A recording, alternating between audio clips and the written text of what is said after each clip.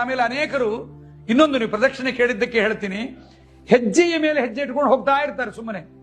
ಹಾಗಲ್ಲ, ಒಂದು ಹೆಜ್ಜೆ ಇಟ್ಟು ಬಗ್ಗಿ ನಮಸ್ಕಾರ ಮಾಡಿ ಮತ್ತೊಂದು ಹೆಜ್ಜೆ ಇಟ್ಟು ಮತ್ತೊಂದು ನಮಸ್ಕಾರ ಮಾಡಬೇಕಾಗ್ಲಿ.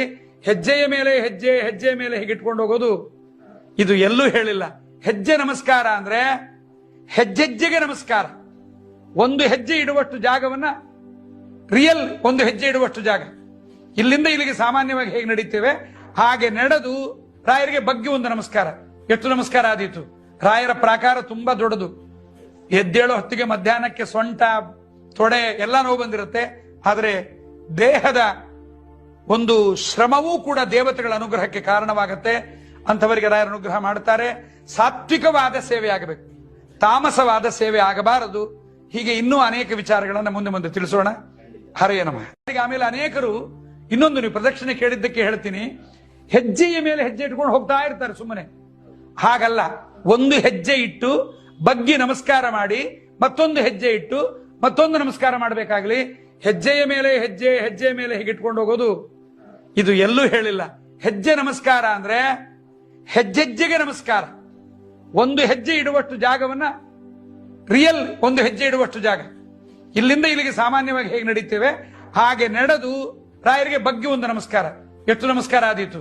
ರಾಯರ ಪ್ರಾಕಾರ ತುಂಬಾ ದೊಡ್ಡದು. ಎದ್ದೇಳೋ ಹೊತ್ತಿಗೆ ಮಧ್ಯಾಹ್ನಕ್ಕೆ ಸೊಂಟ ತೊಡೆ ಎಲ್ಲ ನೋವು ಬಂದಿರುತ್ತೆ. ಆದರೆ ದೇಹದ ಒಂದು ಶ್ರಮವೂ ಕೂಡ ದೇವತೆಗಳ ಅನುಗ್ರಹಕ್ಕೆ ಕಾರಣವಾಗುತ್ತೆ. ಅಂಥವರಿಗೆ ರಾಯರ ಅನುಗ್ರಹ ಮಾಡ್ತಾರೆ. ಸಾತ್ವಿಕವಾದ ಸೇವೆ ಆಗಬೇಕು, ತಾಮಸವಾದ ಸೇವೆ ಆಗಬಾರದು. ಹೀಗೆ ಇನ್ನೂ ಅನೇಕ ವಿಚಾರಗಳನ್ನ ಮುಂದೆ ಮುಂದೆ ತಿಳಿಸೋಣ. ಹರೆಯ ನಮಃ. ಆಮೇಲೆ ಅನೇಕರು ಇನ್ನೊಂದು ನೀವು ಪ್ರದಕ್ಷಿಣೆ ಕೇಳಿದ್ದಕ್ಕೆ ಆಮೇಲೆ ಅನೇಕರು ಇನ್ನೊಂದು ನೀವು ಪ್ರದಕ್ಷಿಣೆ ಕೇಳಿದ್ದಕ್ಕೆ ಹೇಳ್ತೀನಿ, ಹೆಜ್ಜೆಯ ಮೇಲೆ ಹೆಜ್ಜೆ ಇಟ್ಕೊಂಡು ಹೋಗ್ತಾ ಇರ್ತಾರೆ ಸುಮ್ಮನೆ. ಹಾಗಲ್ಲ, ಒಂದು ಹೆಜ್ಜೆ ಇಟ್ಟು ಬಗ್ಗಿ ನಮಸ್ಕಾರ ಮಾಡಿ ಮತ್ತೊಂದು ಹೆಜ್ಜೆ ಇಟ್ಟು ಮತ್ತೊಂದು ನಮಸ್ಕಾರ ಮಾಡಬೇಕಾಗ್ಲಿ. ಹೆಜ್ಜೆಯ ಮೇಲೆ ಹೆಜ್ಜೆ, ಹೆಜ್ಜೆಯ ಮೇಲೆ ಹೀಗಿಟ್ಕೊಂಡು ಹೋಗೋದು ಇದು ಎಲ್ಲೂ ಹೇಳಿಲ್ಲ.